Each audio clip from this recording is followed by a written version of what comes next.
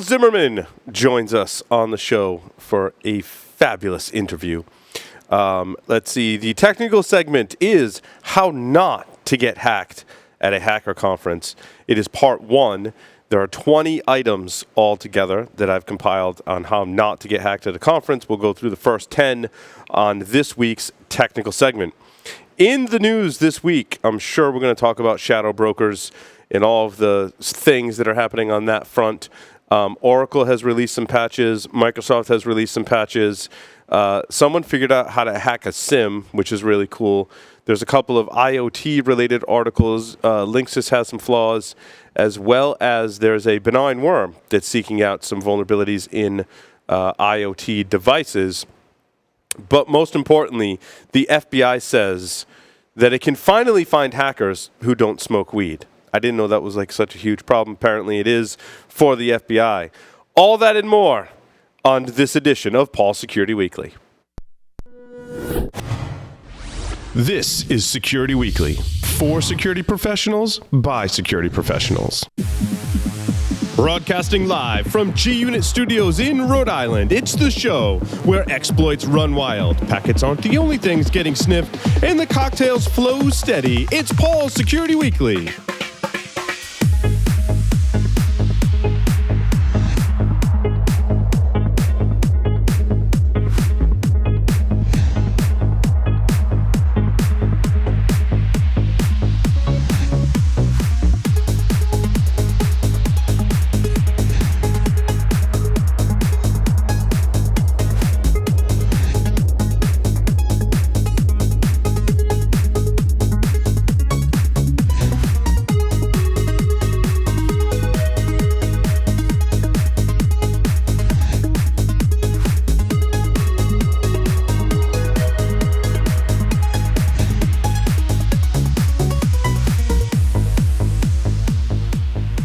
Brought to you by NetSparker, the developers of desktop and cloud-based web application security scanners that enable you to automatically identify vulnerabilities in your web applications and web services. NetSparker scanners employ a unique and dead-accurate vulnerability scanning engine that automatically verifies vulnerabilities with their proof of concept. For more information, visit them on the web at netsparker.com or email at contact@netsparker.com.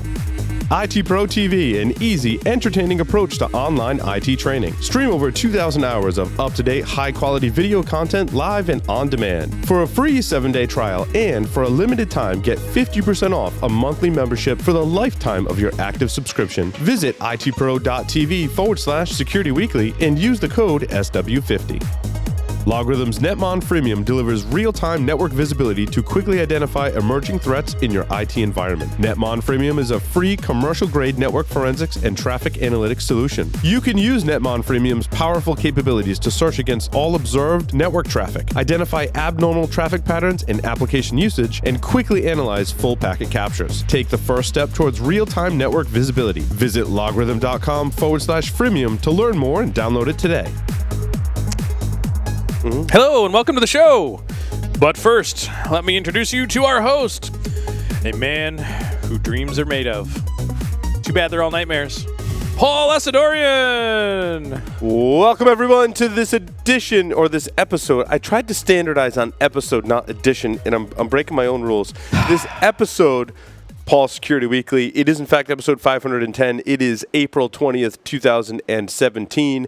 And I had to do a wardrobe change because something exploded on me just prior to the recording of this episode. Something or someone? Something. Ooh. It was a bottle of seltzer. Just exploded. Luckily, it didn't get on my nice laptop. But it got to me, so I had to. Fortunately, we have some T-shirts in the studio. I was going to say, nice shirt. You like this? Nice shirt. Yeah, it's nice, huh? I had a nice button-down shirt. Didn't quite work out. Larry Pesce is here with me to my left. Larry, welcome to the show. It's good to be back. It's good to be back. And you are Director of Research at InGuardians? Yes, Director of Research and Senior Managing Consultant. Nice. So a man who wears many hats. Yes. And so what's your, just curious, like how much time now is spent testing versus managing testing versus testers versus like research projects? Is it like a three-way kind of split? It's about 50-50-50. Yeah. No, seriously. That's a really good way of putting it. No, seriously, I think I had a 12-and-a-half-hour day yesterday just between all sorts of stuff. And director of research doesn't necessarily get to do as much of the research as one would like, but certainly Direct it, certainly. Exactly. So I get to steer the guys in some of the directions. But we very much do weekly discovery for things that we want to discuss, and we effectively refer to those as our crazy talk. Nice. We get together, guys together, and just talk craziness. That's awesome. But it's probably 50% managing staff and 50% actually conducting technical work. So there's still very much hands-on. Like next week, we're in meetings all week, and then the following week I'm doing a web app pound test and then a wireless assessment the week after that. So. It's awesome. Yep. Joff Thayer is here with us on the lines via Skype. Joff, welcome to the show. I am. G'day, Paul and Larry. It's good to see you. I've been out for a couple of weeks, so it is awfully good to be back. Now, Joff, you are a penetration tester for Black Hills Information Security. Is 100% of your time doing pen testing, or you do software engineering type projects as well, right?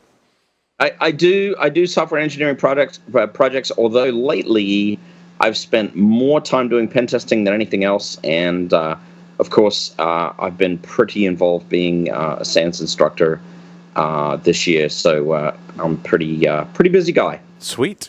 Carlos Perez is here with us, and Carlos, are you still the Director of Reverse Engineering for Tenable? Is that still your title? Yes, still am. Fantastic. So you've been busy with the shadow brokers, as you were mentioning? Yes, quite a bit. That's awesome. Well, kind of a fun technical... Oh, first there's an announcement. Next week is the 10th anniversary edition of Source Boston. There'll be conference trainings and talks April 24th through the 27th. Security Weekly is the discount code for $100 off training or the conference pass. Security Weekly, do that code at sourceconference.com. It's going to be awesome. I will be speaking. It'll be a lot of fun. I'll be giving my a newly revamped IoT talk, completely new. Nice. Well, maybe not completely new. I'll talk about some of the problems that basically I've seen in IoT security and how they've come to fruition lately. And then the second half of the talk will focus on the efforts that I think have merit and how we can all get behind those efforts to make the world a better place, essentially. Awesome. Karen Elazari will be giving one of the keynotes. Yes, that's awesome. I don't know if I'll be there the day she's giving the keynote, though. I think I'll only be there on Wednesday, but... She was awesome when she was on the show. Yeah. It's a lot of fun. Awesome. I've communicated with her a couple times outside of our interview. She's just awesome. Mm-hmm. So definitely, don't attend her talk. That's what I'm way more looking forward to her talk than I would someone like me talking. Well, just to remind me, Paul, was Karen the one that did the TED talk? Yes. Yes, you're correct. That's she has what I done a thought. TED talk as well. Yeah, so she is a fantastic speaker and just an awesome person and someone you want to... And she's based out of Israel, so to have her over here in the States and get to see her in person present is a treat. So... now I want to come up to Boston next week. I know. I wish I had known sooner she was keynote. I would have mentioned it on the show, and they probably would have got more people to attend. So... speaking of hacker conferences, and there are all different kinds of security conferences and hacker conferences, right? They run the likes of Secure World, which is more of a very vendor-centric show. Got a lot of value out of that show because there were so many vendors there, and I got to talk with all of the vendors at that show, all the way down to DEF CON, which is 30,000 hackers converge on Las Vegas, and everything else in between, right? Besides being the more community-driven event. At any of these events, I truly, whether it's a traditional security conference, where it's a corporate in nature, vendors are talking, and people that work for corporations are going to learn more about the vendors, which is fine. Don't knock those shows, believe me. To the more traditional hacker conferences like DEF CON and many of the B-sides, you have to watch your personal OPSEC. Heck yeah. The driver behind this particular segment is I now have 4 full-time employees here at Security Weekly that are not security professionals. They're not trained in security. They're trained at insecurity. They're trained in things like Right. operations and sales and management and digital media production and video editing and lighting and that kind of thing. And they're awesome at that, and that's great. However, they're coming with me now. We're going as a team to these security conferences, and I'm like, oh, wait, red flag. They have not been trained. So that was the driver. It was based on an internal memo that I sent out. It was like basically everyone like do these things or don't do these things that are on this list where it is indicated as such. Yes.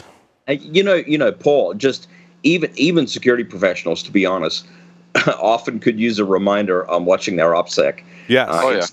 It's not just about the non-security professionals. Absolutely. So No, it's very, very timely topic. So number one I have in here is secure your phone. And there's there's some overlap in this list, but I want to talk about it in different contexts. But secure your phone. So disable your Wi-Fi, disable your Bluetooth, disable NFC, basically any wireless protocol. I tend to leave 4G, my cellular connection turned on. That's not to say it's completely safe. Right. That's a risk that I take at conferences. However, it's still possible someone could intercept that as well. We'll get to how to make that a little more better from a security perspective, perhaps. Also, always use a passcode or swipe pattern on your phone. Fingerprint reader, I would say, is acceptable. Some way to lock. I mean, all of those things are bypassed if you lose your phone. We'll get to that. But make sure you have a swipe pattern. Set the automatic lock timer to some reasonable number, less than 30 seconds or whatever, 30 seconds or less. Or just remember to lock it every time you are done using it. Correct. Which tends to be the habit that I'm in. Yep. And your phone must be encrypted. And what I'm finding is that most modern or more recent releases of iPhone or Android phones are encrypted by default. So this might not even be something you need to do. Like, it's just automatically encrypted. My Android, I have a Pixel. It's encrypted. More recent iPhones that some of the employees have here are encrypted. Yeah. And Android depends on vendor. You're correct. More than anything. It does. And it certainly can't hurt to check anyway. So, Absolutely. Definitely check. Never give your phone to anyone. That's just, Unless it's someone that you absolutely implicitly trust. That's right. Like, I would... Paul, I get a pee. Can you hold my phone for a minute? Yes. A locked phone. A locked phone. Yeah. The same for pictures. Most of the modern phones, you can actually just enable the camera for the picture, and you don't have to unlock it. Right. Yep. Be careful with that, though. I mean, speaking of giving your phone to anyone, like, Dave Kennedy loves to, get your phone and take, 80 selfies. I do that every time, too. Yeah, and then give it back to the person. But sometimes your lock thing, you can get access to the camera if you flip up. Yep. That's probably a good point to mention. When it's locked, you shouldn't give them access to anything. And you should obscure your text messages that come on the front of your locked phone. Yep. It's probably a good idea as well. Absolutely. I was in Orlando couple times recently, and one of the times I was down there, someone stopped me in one of the Disney parks and said, "Hey, can you take our picture?" Sure, absolutely. Hit the return-facing camera button, dick, dick, dick, dick, dick, dick, dick, dick, and then put it back to them. And okay, you ready? So some random people have got a bunch of selfies of me. Awesome. Every time someone asks me to take a picture, I do that. That's awesome. And also, if you have an Android device, you can actually install what is called the Android IMS catcher detector. I think you can find it in catcher. Yeah. Yeah, and you can install that just to be extra secure that nobody's playing with a femtocell or anything like that. I'm going to have to do that as well. That's a great tip. Well, and the other good point is, I think that Paul, you were just alluding to, modify your notification settings so the SMSs don't come up when the screen is locked. Correct. I always do that as well. And in the case of a laptop, put one of those privacy screens so people looking from the side, they have to be square behind you to be able to look into your screen. That's a good point. Yeah, my next one is laptops. Obviously, password required to log in. I like the privacy shield. That's a good one. Make sure your laptop is encrypted. And pretty much same goes for your laptop, right? Wi-Fi and Bluetooth are disabled. And never, ever, ever take anything like USB or Bluetooth or SD card and connect it to your laptop in any way from anyone. And also in the case of Windows, there's a setting in your desktop that you can set to hide all icons in desktop before presenting. And also set your taskbar in the bottom to auto-hide and just leave it hidden. That way they cannot see what programs are you actually running constantly, and you also are safe of the accident of showing people what probably is in your desktop. That might be really... Or even better, take a dedicated device just for presentation. Yeah, that's the other thing. Disposable hardware is definitely on the list as well. All of the technology we've talked about, feel free to Chromebooks. to a Chromebook, a separate phone that doesn't have all of your stuff on. I've done that before. I've taken like a Pony Express phone, slapped my SIM card in it, and I just put like if I want email, I just put my email on there. If I want just Twitter, so I can tweet, I put Twitter on there. I don't put my credentials or logins for anything else on there. Yep. Right. Yep. The other one, word of advice that I'll give you if you're on a Mac and you use Messenger on the Mac to get your iMessages, log out of those accounts, especially when you're presenting. Yes. I've only had that happen once at a SANS conference on day one, where all of a sudden my wife started texting me and they started showing up on the screen. Fortunately, it was an hour before class started. So the kids are throwing up. I have my period. Yeah. Like nudie selfies in the bathroom. Yeah, see what you're missing at home. You only make that mistake once, because Larry, I had a similar experience, and thereafter I switched to a dedicated device just for presentation material. Yep. Yeah. I also, during presentations, during breaks, no matter how cute you think it is to call your wife on Skype and have the 2-year-old say hello to daddy on Skype, don't, because when your wife leans over to click stuff on the screen and her boobs pop out of her shirt in front of class, your scores either go up or down, depending. It depends, certainly. Depending on preference. Yes, and I speak from experience. And so my next one is kind of a blanket thing too, like disable stuff. Like we've talked about your phone and your laptop. Principle of least privilege, right? You may have other things that you bring to a conference, right? Like we bring cameras. We throw lemons at our laptops, apparently. So you bring other technology with you. It's a lemon party. Right? Like whatever that is. Cameras now all have like Wi-Fi and Bluetooth, like whatever other devices that you bring, keep in mind that any wireless communications they have on there are going to be monitored and attempted to be broken into, or unauthorized access will ensue on any, whether it's a tablet, whether it's any kind of camera, any kind of other device, any electronic your device, GoPro, whatever it is.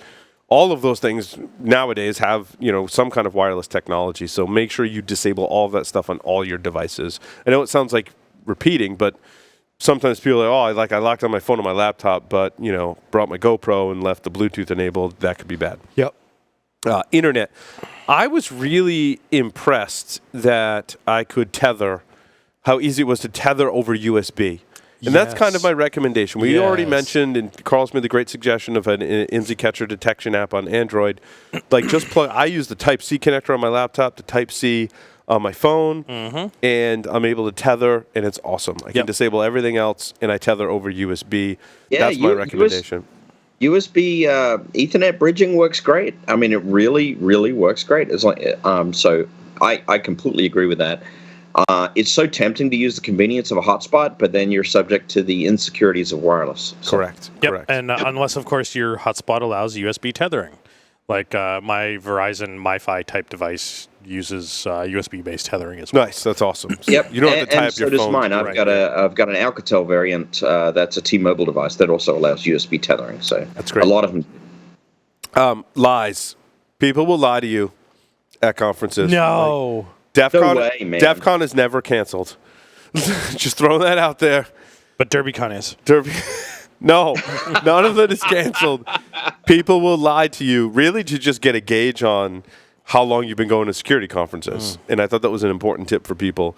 It's social engineering. Let's face it. They're just practicing that skill. And that's why the note is in there, to recognize social engineering. Please tell me none of the guys in the back room came up to you and say, dude, did you hear that DEF CON was canceled? I managed to get ahead of that problem before it happened and put it in this list and send it out to everyone before that happened. I was just waiting for someone to come to me and be like, we're doing DEF CON planning, but DEF CON's canceled. No, DEF CON's not canceled. Because now they're going to do it just to bust your stones. Yes. Speaking of using your laptop for a demo, again, it's a little bit of overlap, but a lot of times you have to do a presentation or give a demo at a booth, or in our booth now, for example, we've got videos that play. And like it was suggested, like, I'll just bring my laptop and put No. Not your laptop. You will not. A laptop. No, a Raspberry Pi is what I did, actually, which is way better, right? Which you have to be careful that you secure the Raspberry Pi. Even though all the Wi-Fi, I don't need internet, the videos are all local, but... Yep. Yeah. I remember recently at a conference seeing someone that had used a laptop to connect to a TV in their booth, and some meeting notifications popped up in the top right-hand corner, which disclosed client names. Yep.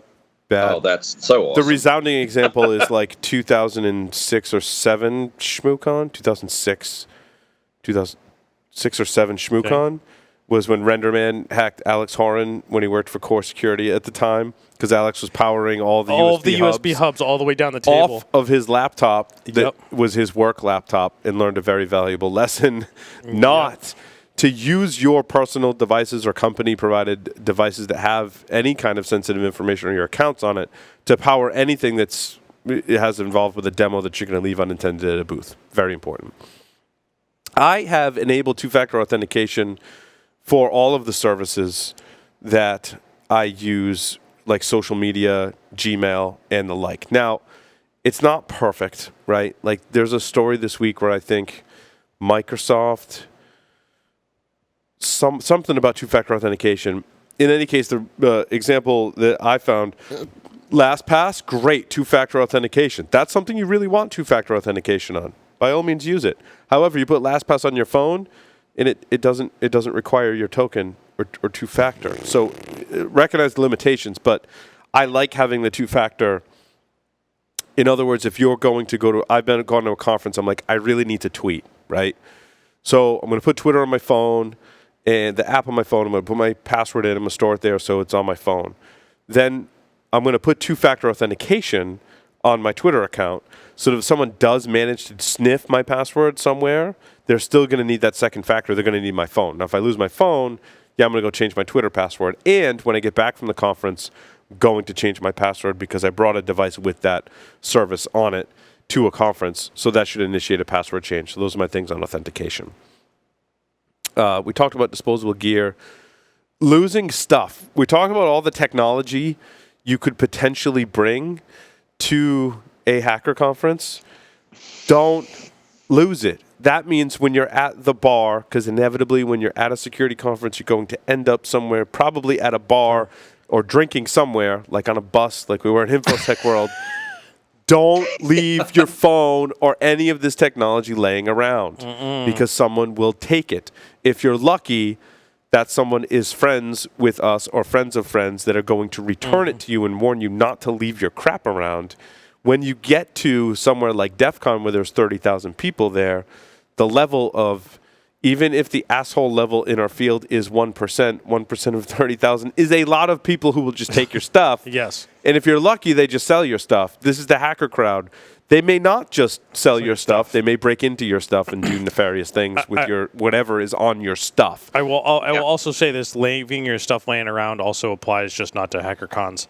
At a recent anywhere, right? At a recent Airports. very large podcast event where there was a blizzard and some folks came in early, I got up to prepare another serving of food for one of our dinner guests and left my phone on the table, and one of the gentlemen in attendance grabbed my phone and looked at it, and it was locked, and looked at my wife and said, "Can you unlock it?" And she did. Oh, wife fail. Yep, wife fail. The damage was minimal. It was joke posts to Facebook. Scott Lyons. It's okay. Yeah. It was Scott. It was Scott. And it was totally in good fun and totally well played. But you got to watch your stuff. Domestic fallout was hell on wheels.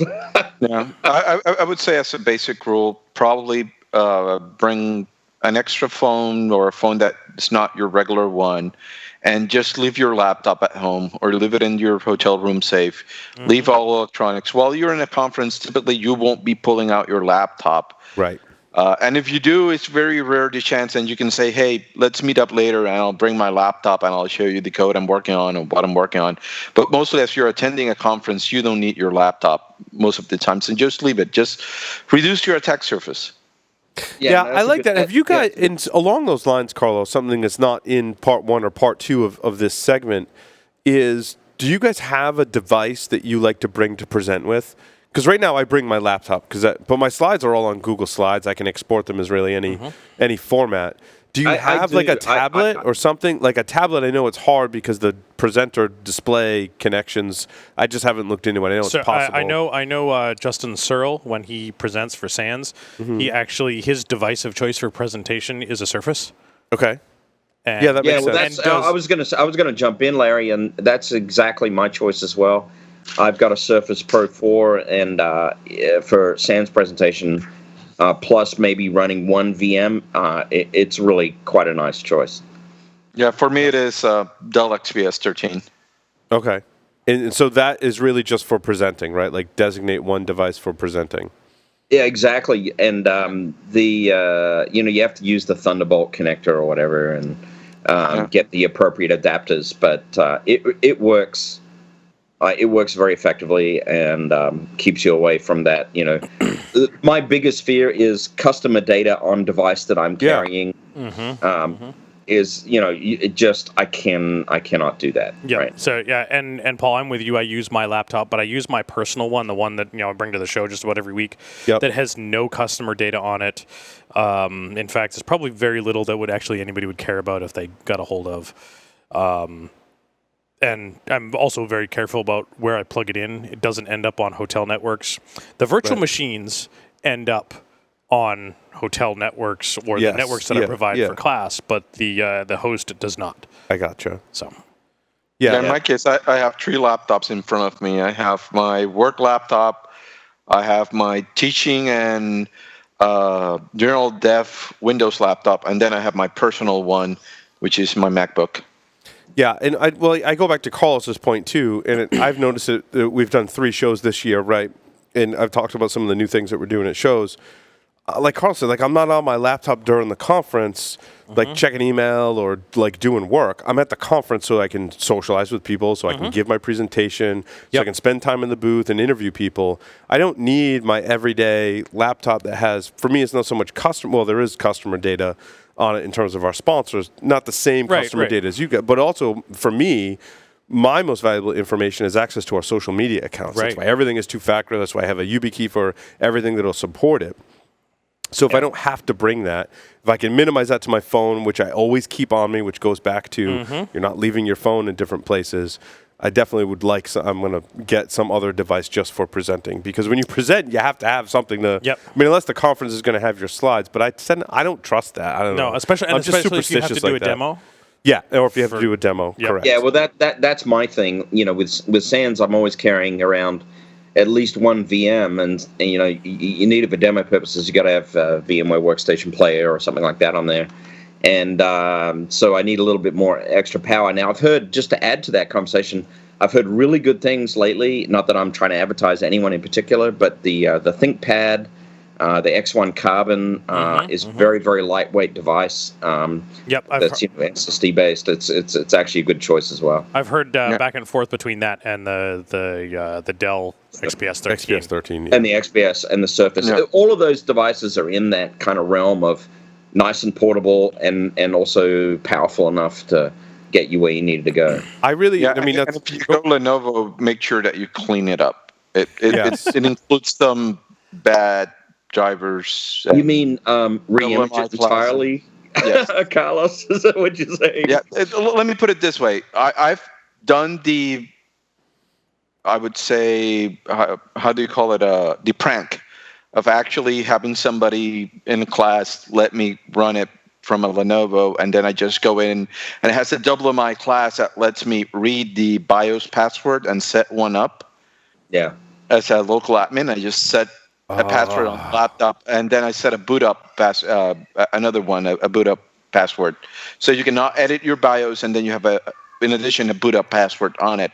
And you can get to it if you're local admin and you have access. The default software installs some WMI classes that give you access to control all of the BIOS. That's awesome. So that's a very nice prank. And for post-exploitation, it could actually be something to show the client, hey, you know how I can affect your system? Look at this. Select one of the machines as my target. One of your Lenovo. So some of the default services also on those things out of the box have spaces in the service path name and no quotes. So they're the old services path name right. I do, in closing thoughts, I do want to mention System 76 because I like my laptop. Oh, yeah, they're nice. I would buy another one for presenting as well to kind of put some separation. I think it's worth it. Yep. I think they have a 13. I bought the 15-inch model. I think they have a 13. I haven't looked, but I think they do. Now, the question that I'd have for you, Paul, what would you use for software to actually do the presentations in? Oh, so Linux comes with this thing called, it's like Document Viewer. I went through multiple tests. Yep. What I found is that Document Viewer, which is like a standard, I don't know which windowing system it comes from, but it's standard on like Ubuntu. Yep. So like here I have this PDF here. I export from Google Drive to PDF, and it works the best in displaying your presentation. It's got this view presentation. Dude, my slides like look awesome. That's awesome. And it's all just with like native software on Linux, So which is nice because I don't have to worry about loading PowerPoint or Keynote or any of those other pieces of software. Technically, you could develop in anything. Go ahead, Josh. Larry, you go ahead, Jeff. No, go ahead. Josh? Oh, I was going to say, at Black Hills, we're seeing a little bit of a trend of people switching towards System 76 as their primary desktop and using Linux as their primary desktop. So, it's unfortunately, Apple has sort of gone in the wrong direction for us lately, and absolutely. So that I think that reinforces that idea. It's pretty cool because you can do so many things with virtual machines on top of that. You've got what you need. Yep, and my thing is that both my work and my personal machine are Macs, and I love the Mac dearly, and I've attempted to go Linux on the desktop with the Chromebook, and for me the apps that I use day to day on the Chromebook are just awful. And maybe some of that's I need to change the way I do things, and I'm not quite ready to make that change just yet. Go full Linux, dude. Awesome. I've been trying that, and every app that I need and use on a day-to-day basis, I've been using on the Chromebook, and half of them blow. Absolutely blow. We'll talk more in the next segment as we're going to take a short break, come back, and talk about the security news for this week. Stay tuned. Don't go anywhere.